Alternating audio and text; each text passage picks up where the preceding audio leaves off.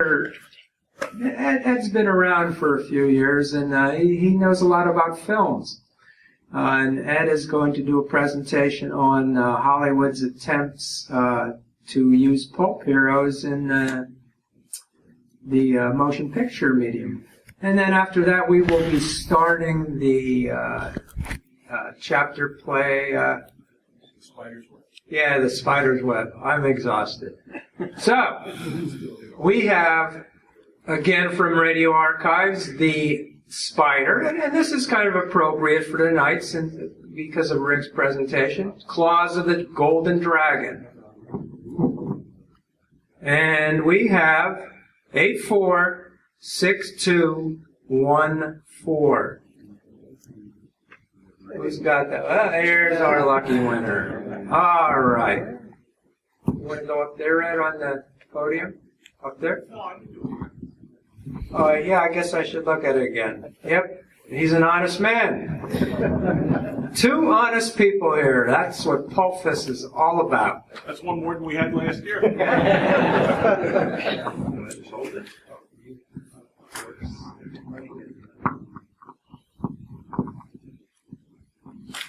All right, I'm sorry to say I don't have any visual aids because really half of what I'm going to tell you about are things that didn't happen. But it's very interesting that the Pulp magazine and the motion picture got going at roughly the same time. The first Pulp magazine was published in 1896, as you all know. I don't have to tell you that. And of course, in those years, Edison was fooling around with movies. It took him a few more years to get the narrative film format going. But almost from the beginning, there was a connection between the motion picture and Pulp magazines. And there was a good reason for this, because without going into too much detail, a very popular form of entertainment for the masses, especially for the working classes, was a type of stage drama referred to as 10, 20, 30. And that referred to the prices the tickets cost. And these were popular priced melodramas of what are today called, and the villain hissed. I'm tired, folks. I've been. I just lost my train of thought with that villain crack. Anyway, the 10, 20, 30 melodrama was called sensation-based melodrama because it concentrated on thrills. It wasn't heavily plot-driven. It wasn't heavily character-driven. It was driven by the replication on stage of spectacular effects that would elicit gasps from the audience. And this type of entertainment was so popular, it was thought to appeal to the same audience that were going to the Nickelodeons, which were the early movie picture palaces. Not that they were palaces, usually they were grimy storefront operations set up in a downtown area somewhere. And in the beginning of the film industry, what was known as a feature film had nothing to do with the length of a film. It had to do with how special it was, how much it cost to make, what it was about. It was something special. It wasn't just another sausage that was ground out. So you could have a feature film in the Nickelodeon days that was a one-reel movie. Now, one reel in those early days, the projection speeds, you could get about 14 or 15 minutes out of one reel. So these movies would often tell an entire story in 14 or 15 minutes. As it happens, that was a pretty good length to dramatize a short story or a short novelette. So in the very early days of the movie business, I can't say Hollywood, even though the title of this presentation is Hollywood, because in those days, the movie industry was mostly in New York and to a lesser extent in Chicago. Hollywood filmmakers got started around 1909, but the East Coast was really where it was at. And although it's very hard to find information on them, I found out that there were entire series of these one-reel dramas based, again, mostly on the 10, 20, 30 principle of spectacle and action that featured characters from the popular magazines such as Terrence O'Rourke, Gentleman Adventurer, which was written by Louis Joseph Vance. There was also a series called Below the Deadline, which featured another popular magazine series character called Felix Boyd. There was another series produced by the Edison organization called The Chronicles of Clique, which were one-reelers starring a guy named Ben Wilson as Hamilton Cleek, who was the man of many faces who appeared in Short Stories magazine and stories by Thomas Handschuh. These were all in the teens. Oh, and I left out one, the Clarence Herbert News Blue Book series, Adventures of a Diplomatic Freelance. Those were also, there were a series of short subjects made in the 1912-1913 period there. So very early on, movie makers were drawing on pulp stories. Most of the more sophisticated, and by sophisticated I mean sophisticated in the production sense, not really in the sense of the storytelling or the character types. Some of the more expensive, what we now call feature film presentations, in other words, long films. Eventually, the long film supplanted, a feature wasn't good enough. The feature terminology is something that really derived from stage shows and vaudeville acts, where the feature act was like the top-billed guy, and he was usually last on the program. So the word feature had nothing to do originally with length. It had as much to do with how important this particular film was on the program. So it wasn't necessarily a matter of length. But as I said before, the more elaborate and the better done films were almost by definition features. But later on, the feature film became a longer film. Most feature films in the early years, up to, say, 1920 or so, were 5 reels, which when projected gave you a running time of about an hour to 65 minutes. So Hollywood by this time was pretty much online, and you had a lot of Westerns being produced on the West Coast. I mean, after the early years where you had Westerns being made in New Jersey, Pennsylvania, even Florida, somebody finally said, let's go out west, let's get the real thing going. So you had stars like Tom Mix, who of course brought one of Max Brandt's famous pulp characters, Whistlin' Dan Barry, brought him in 2 films, The Untamed in 1920, which was the first Dan Barry novel, and its sequel, The Night Horseman, which Mix did the following year.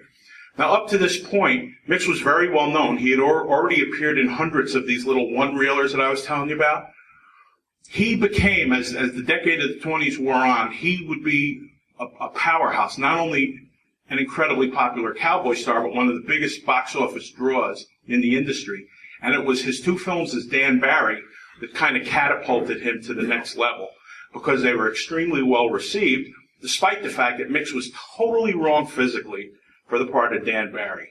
First of all, he was twice as old as the Dan Barry who Max Brand writes about. And secondly, the pulp Whistlin' Dan is almost frail, whereas, although capable of great strength, whereas Mix was an incredibly, although he was very lean, compact, he was a very muscular and strong guy. What he did have was the piercing gaze that Dan Barry got when he was mad, when he was about to kill somebody. Max Brand goes into great detail in the novels about how Whistlin' Dan's eyes would turn yellow. So to achieve this effect, even though most movies in those days were black and white, although they did have tints, they went to the trouble of hand-tinting prints so that in the close-up shots, Dan's eyes, the whites of his eyes, were tinted yellow so they could convey that effect. So that was a very notable early attempt that achieved recognition above and beyond these short subjects that I mentioned earlier. The serial actually became, I would say, inextricably linked with pulp magazine characters, because it was something that started very early on, specifically in The Exploits of Elaine, which was a Pearl White serial. Pearl, of course, was known as Pauline in The Perils of Pauline. The Exploits of Elaine was the sequel to that serial. It was also made in 1914. It was made on the East Coast. And Pearl played a character that was pretty much invented by Arthur B. Reeve, who was the creator of Craig Kennedy. It was for this serial that Reeve created the Clutching Hand, who he would later bring back many years later for some additional stories, and I believe an additional novel. But although The Exploits of Elaine was not dramatized in a pulp magazine, it had so many of the characteristics of pulp stories that it's almost inseparable from something that you would read, in one of the pulps of that time. Craig Kennedy, who of course in his Cosmopolitan stories was known as a scientific detective, they gave him some gimmicks, they gave him some science, but the serial was more about action, and it was more about Pearl tussling with the clutching hand and, being rescued from the cliff-hanging perils into which she found herself at the end of every two-reel episode. But most of the serials were not really series characters. They were mostly one-offs.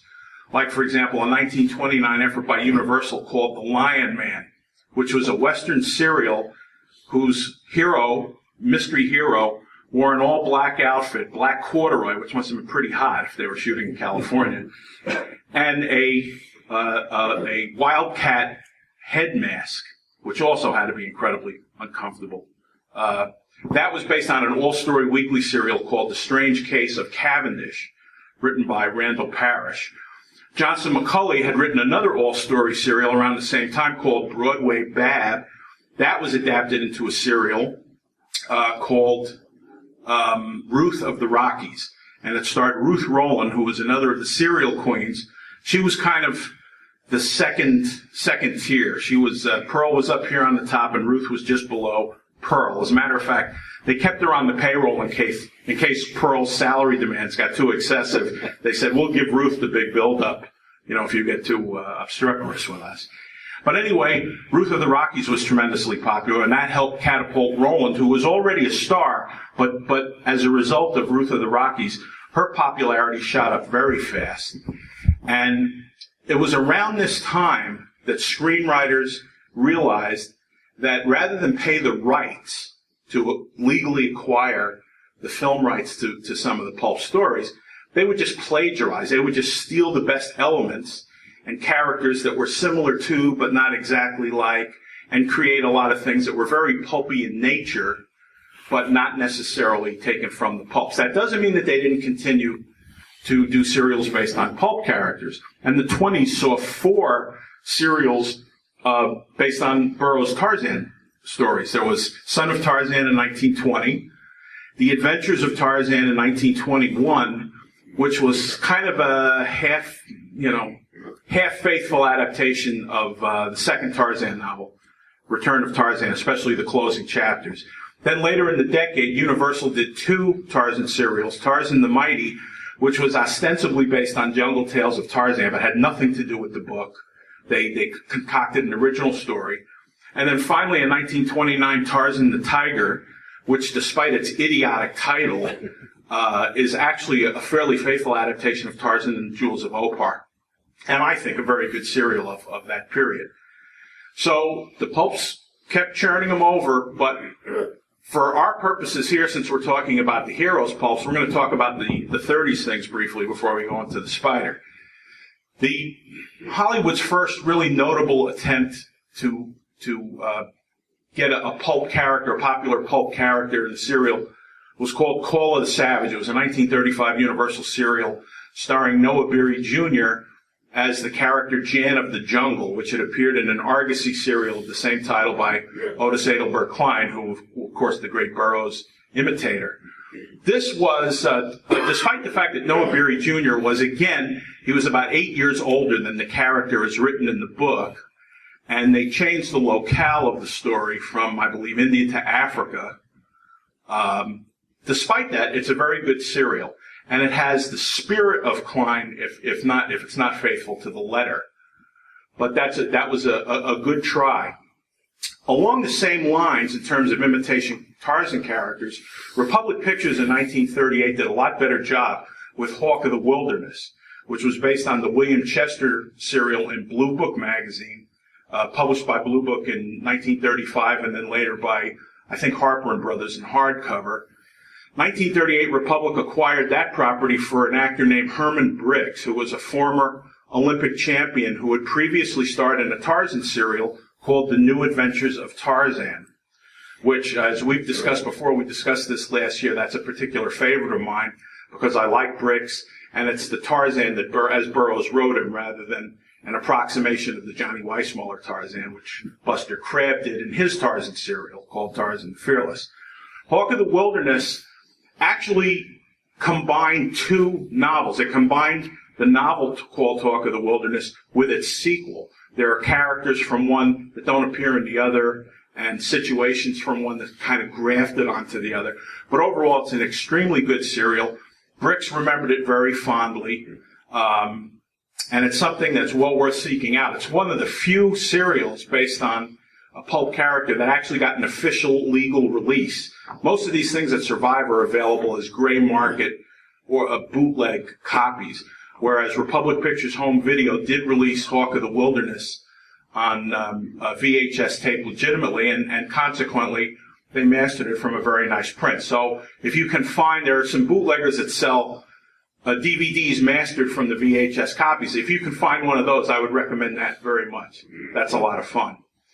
What brings us here tonight specifically is what I consider to be the best of the serials to adapt the pulp character, something that's close not only in letter but in spirit. The Spider's Web has a pretty complicated story, which I'll boil down. Columbia Pictures got into the serial game in 1937. At that time, most of the small independent producers had been washed out of the market, and the serials were controlled by Republic Pictures Corporation, which was a small independent studio, and Universal Pictures in the wake of Carl Laemmle's departure from that studio. They pretty much dominated the serial market. Columbia made the same kind of pictures. They made a lot of B pictures intended for rather undiscriminating audiences, a lot of stuff that was made to be shown at Saturday matinees. They wanted a piece of this business. They got into the business by farming out their serials to some shoestring producers called the Weiss brothers, who, as a matter of fact, whose involvement in serials went back to the 1921 Adventures of Tarzan with Elmo Lincoln.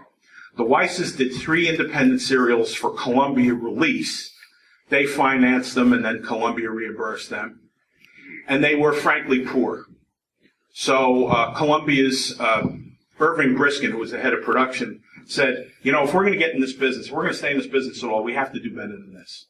So they hired a guy named Jack Fear, who had been brought over from Republic. Jack Fear knew how to make great serials and westerns. He had that orientation. So they said, you're in charge.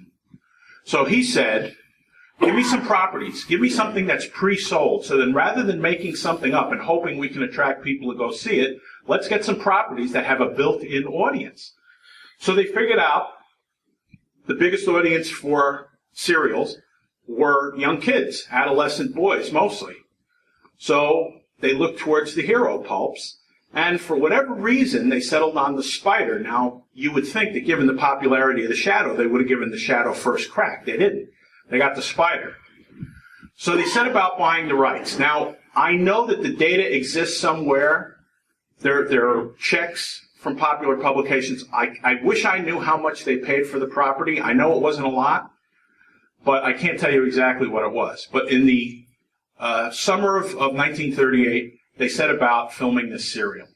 Amazingly enough, instead of doing what a lot of Hollywood producers did, which was improve the product, they decided to make something that was pretty faithful to the pulp character. The major changes that they made were in the costume, which is frankly ridiculous, and they made minor alterations in the character, such as the fact that Jenkins, who was an elderly butler in the pulp novels, becomes a much younger man in the serial, and also Commissioner Kirkpatrick mysteriously has his name shortened to Commissioner Kirk. But these are not objectionable, changes. So they said, look, we're going to spend more money on this than the Weiss brothers spent on the 3 crummy serials they did for us. We're going to have cast members like crazy, and it's going to be action, action, action. That's what the Spider Pulp is. That's what the kid wants. We're going to give them more action than they can stand. So that's pretty much what they did. They filmed this, they wrote a script that would have nothing but action, that had a huge cast with heavies getting killed off in every episode by the score. And they said, we're going to film this. The big problem was, who are they going to cast? Because, as all of us know, the Spider is a very special kind of hero. And among his personality traits, he's extremely forceful. He's very dynamic. He's given to frequent outbursts. He's a really intense guy. So they had to cast the Spider, and they went through 5 or 6 different people before settling on a guy named John Trent. Now, John Trent, among other things, was a former pilot who had gotten into acting and had briefly been under contract to Paramount Pictures the year before. Why they cast John Trent, I will never know. because while he was a handsome guy, there was absolutely nothing about his personality to suggest Richard Wentworth.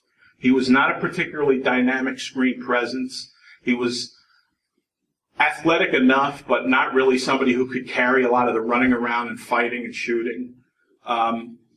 Frankly, I thought it was a poor choice. And somebody at Columbia did too, because with the serial scheduled to go in production on a Monday, the Hollywood Reporter newspaper on the Thursday before said that Columbia is looking for a new guy to replace John Trent. By Monday, they had signed an actor named Warren Hull, who was a Warner Brothers contractee. And based on the films that Hull had made up to that point, you would never picture him as the Spider, because he was one of these guys. He came off as an upper crust, tennis anyone kind of actor, and he had made some musicals and some light romantic comedies. As an action-packed serial hero, he seemed improbable, and yet it's magic. You will watch that now. I've seen that. I can't even tell you how many times I've seen this serial. All I can tell you is, when I read a Spider novel, I visualize Warren Hull as the Spider. Likewise, I visualize his Nita Van Sloan, who was played by the beautiful, beautiful Iris Meredith. Iris was a Columbia contract player who was working as a B-Western leading lady to Columbia's resident cowboy stars, Charles Starrett, who would later become the Durango Kid, and Wild Bill Elliott, who would later play Red Ryder. Iris, who I had the good fortune of meeting in 1976, was really tired of the Westerns because, like every actor, she wanted parts in better pictures, but especially she wanted to stop appearing on screen in buckskin fringed skirts and, crinoline dresses that started here and went down to the ground. As Nita Van Sloan, she got to wear some stylish clothes, although in the fashion of most serial heroines, she doesn't change outfits all that often, because when you shot a serial, a lot of people ask us, why do they always wear the same outfits? Because the shooting schedule of a serial was very fast. Serials were shot about 3 or 4 times faster than the average feature-length picture because the economics of the business demanded it. They were shot for less money, and they were shot much quicker. And if you had too many costume changes, the editors would then have a problem wondering which outfit matched which scene. So if they all wore the same clothes or a lesser number of costume changes, it was a lot easier to fit the scenes together when they were trying to cut the whole thing together. Because remember, a 15-chapter serial like this, the average episode was between 15 and 20 minutes. Times 15, you've got close to 5 hours of footage. The average feature picture, you've got 90 minutes. So making a serial was something that was very complicated. Well, finally, with Warren Hull and Iris Meredith in place, they then turned to Ram Singh. Now, this presented another problem because Hollywood in those days had a real problem with ethnic characters. And it was really tough to justify in some quarters the use of people, in Ram Singh's case. They even if they could find a Hindu actor or not a Hindu, Ram Singh's not a Hindu, what is he? He's a Sikh. They were not likely to use it because people would have objected. So for Ram Singh, this was kind of a compromise. They settled on a Canadian, a guy named Kenny Duncan, who was also a bid player in Westerns and B pictures at that time.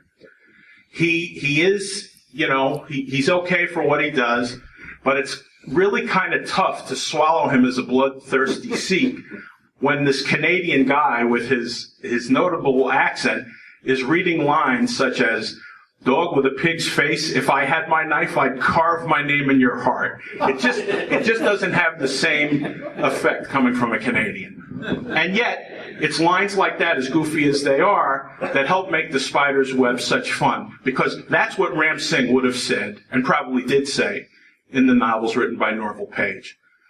So with all these characters in place, you had the makings of a great serial. Spider's Web was shot over a 6-week period, which, even though that doesn't sound like a lot of time, that was actually a very generous shooting schedule for a serial. Most serials were shot in 3 to 4 weeks. Spider's Web got more, got a bigger budget, whereas the average serial was made for, in those days, anywhere between $150,000 and $175,000. Spider's Web was shot for closer to $300,000. It was enormously popular. It was released in October of 1938. It was enormously popular. It did exactly what Columbia wanted it to do. It made them a contender in the cereal business. It had a sequel because it was so popular. Let me back up. Because cereals were so long, you ran them for 12 or 15 weeks at a time. By the time they finished making the rounds of all the theaters in the country, it took a long time for what they call the playoff period. So whereas a feature picture might be around for 3 or 4 months at most, a serial often took a year to a year and a half before you really had an idea how much money it had made, because it took that much time for all the theaters, especially the little ones in the hinterlands, for the box office receipts to come back. But when it finally did, when the smoke finally cleared, 1939, 1940, Columbia found that The Spider's Web was enormously profitable, so they set out to make a sequel. The sequel, which was announced to the press as The Return of the Spider, but eventually released as The Spider Returns, is as bad as The Spider's Web is good. It took a completely opposite approach to the character. Instead of the really thundering, pounding action, everything that you want, a pulp magazine coming to life, it was more of a slapstick comedy. It was directed by a guy named James W. Horn, who film history books cite as a director of Laurel and Hardy comedies. And they say, oh, well, this is why those serials are so goofy, because he directed Laurel and Hardy comedies. Well, actually, he was a serial director going back to the silent days, and in fact, he had made some of the most profitable silent serials of the World War I era. So it wasn't that he didn't know what he was doing. He had a fundamentally different approach. His idea of a serial was that the kids would go and the parents would bring the kids. He felt the parents would never take a regular serial seriously, so he made it goofy deliberately. He believed that the kids would take it seriously because of all the action and all the melodrama, but the parents would get all the slapstick humor that he was putting into it and the goofy dialogue. So he made 12 serials, 10 or 12 serials for Columbia in that format. Warren Hull was back as the Spider, but now, of course, he was playing a lunatic rather than the Spider that we know. And instead of Iris Meredith, who was, aristocratically beautiful for the role of Nita Van Sloan, they got a brassy blonde showgirl type named Mary Ainsley, who up to that point, her most prestigious jobs had been in Three Stooges comedies. So that was a total misfire. On the other hand, it made money for Columbia. So they continued to investigate the possibility of basing other serials on pulp characters. Now, I'll back up. When I said at the beginning that I'm going to discuss some things that didn't happen, the most interesting serials, to me, are the ones that never got off the ground. This begins in 1916, when there were some very serious negotiations to do a serial based on the semi-duel stories, which, if you're familiar with those, they appeared in a number of different pulps, Muncie Pulps and Street and Smith Pulps, the Cavalier. I started around 1912, right, Rick? Around 1912, the semi-duels? They came very, very close. I actually bought some of the correspondence between the writers of the series, J.U. Geisey, and the producers, negotiating over which stories to adapt and how much they were going to pay. And it ultimately never got off the ground, but the correspondence between the producers is really fascinating. I did something on it for the Peeps, the Pulpier Amateur Press Society, a number of years ago. I may rework that material into a Blood and Thunder article.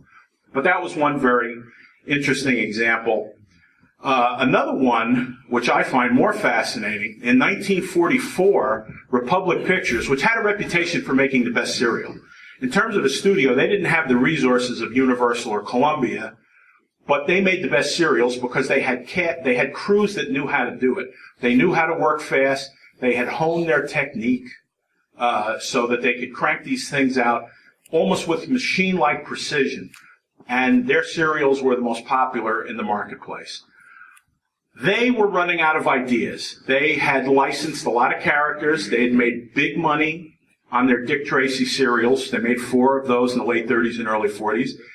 Their serial, The Lone Ranger, in 1938, was the most popular short film of that year, and the first serial of the sound era to gross more than $1 million in film rental.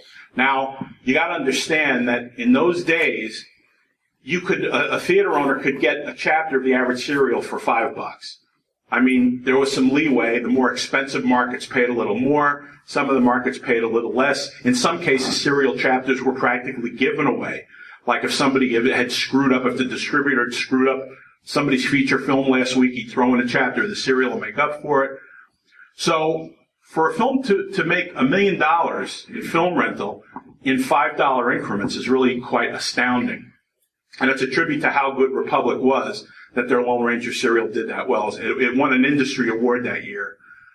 And then, of course, Republic followed it up with comic strips, characters like King of the Royal Mounted, Captain Marvel, Spy Smasher, Captain America.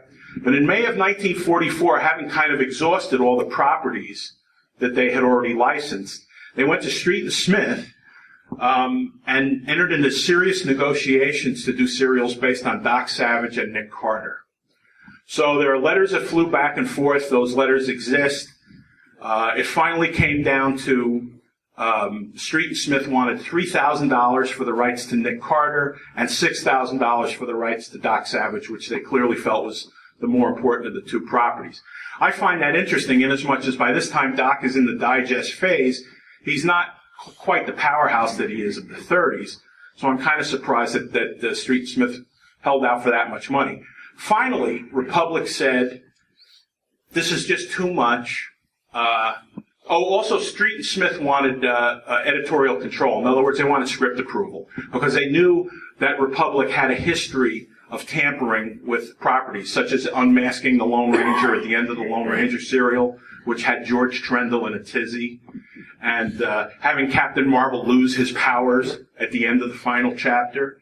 So they said, if you're going to do serials based on Doc and Nick Carter, we want editorial control. Well, Republic would have none of that. And then finally, one of the producers said, listen, why are we spending this money? We create characters in our own studio backlot with the same properties of these characters, the same traits. Why should we be spending money to buy rights to characters whose popularities are diminishing?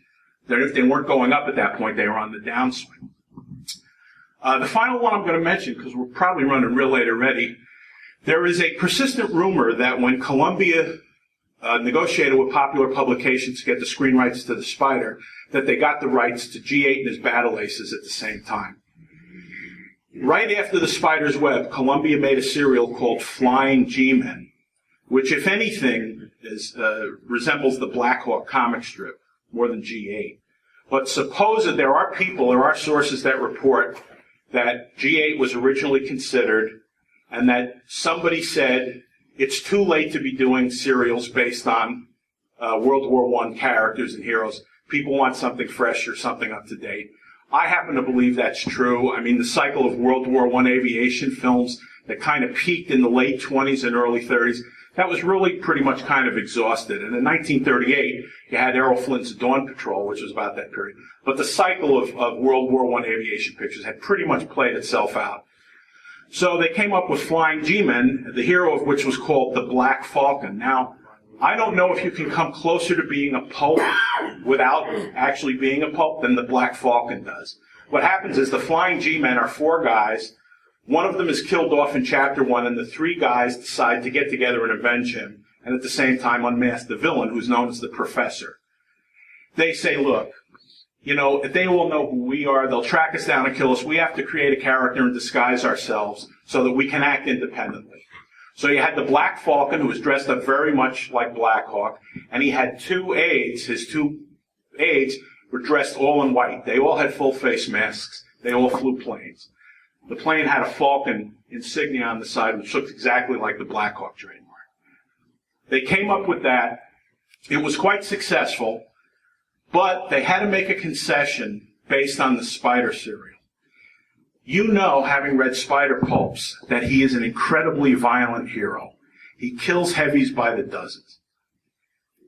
When you're selling movies to kids in those days, they had what they called the Hays Office, the production code, that would examine these films, and they would get very upset if you were making movies ostensibly for kids that were really violent. So somebody looked at the body count of the Spider's Web and said, this will not do. So I don't have the correspondence. I know it exists, but letters went back and forth stating, look, you cannot do this. You can't show this guy dropping somebody with every single bullet. So what would happen is, you'll see the first 2 chapters were vitally important to a serial because those were the chapters that were shown to theater owners for them to decide if they wanted to book the serial. So the deal that was made was, look, the spider kills everybody in those first 2 chapters. Once we sell the serial, we'll tone down the rest. So if you'll notice, typically when the spider starts shooting into a room of 6 people, you'll see shots exchanged, and then he'll suddenly walk into a room and you won't see anybody. Well, it's because they're all on the floor. They're all dead. But Columbia cut out the shots of them falling to the ground to make it seem like he wasn't killing as many people as he actually was. So you'll notice that as the serial progresses, the body count diminishes, and then he's wounding guys in the arm more than he is shooting them in the head. So that all changes.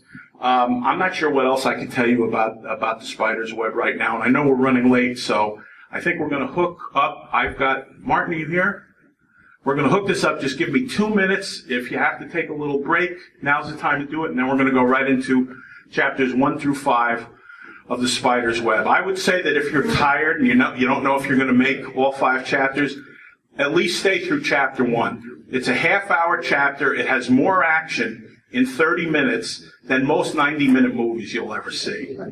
And it's just nonstop, and it's got all the things that made the spider great. It's insane. It's beyond belief, but it's a very good representation of what the spider pulp was in 1938. So with that, just give us a couple seconds, and we'll get right into it. Thank you. Oh, I should ask if there's any questions. I'm sorry. Ed, did you know this was first shown and published after the 30s of the 1970s? And I haven't seen it on the screen for 43 years. All right, so Michelle Nolan up here just said she hasn't seen it in 43 years. She's saying its first public showing was actually, the serial was re-released in the late 40s. Right. So it was theatrically. It was the first to show it in the modern day. I see. I was there. I was there that year. Other questions? Any other questions about serials, about other Hollywood movies? I could go on about this stuff all night, but yes. Why do all the serials that I've seen always have 38 revolvers? I mean, it's amazing. Like, Spider traditionally used 45s, and every he uses automatics, although I don't think they're 45s. They look like 38 automatics, but he does use automatics in the first serial. In the second one, he uses a 38 revolver. But, it's just a question of what the studio prop departments had, what was easiest for them to get. There was no particular rhyme or reason to it. But I will say that in terms of little details like that, you'll find more attention to detail in the Spider serial, which, by the way, the script was a check exists that was paid to Norval Page. So we don't know if he actually wrote or just approved the script. But there are a lot of little touches that you'll notice from the Pulp magazine that are not typical of Hollywood screenwriters. For example, Richard Wentworth's nickname for Ram Singh is Warrior. Now, I can't imagine a screenwriter thinking that important enough to put in the script if he even paid attention to it, and yet it's there. Another interesting note, which is also the subject of speculation, at the time that the Spider's script was being written, L. Ron Hubbard was on the payroll. And it's been reported in some sources that he contributed uncredited to the Spider's Web script, and that somebody at Columbia said, hey, this guy Hubbard also writes pulp stories, maybe we should get him on this picture. So we can take that for what it's worth. We ready to go?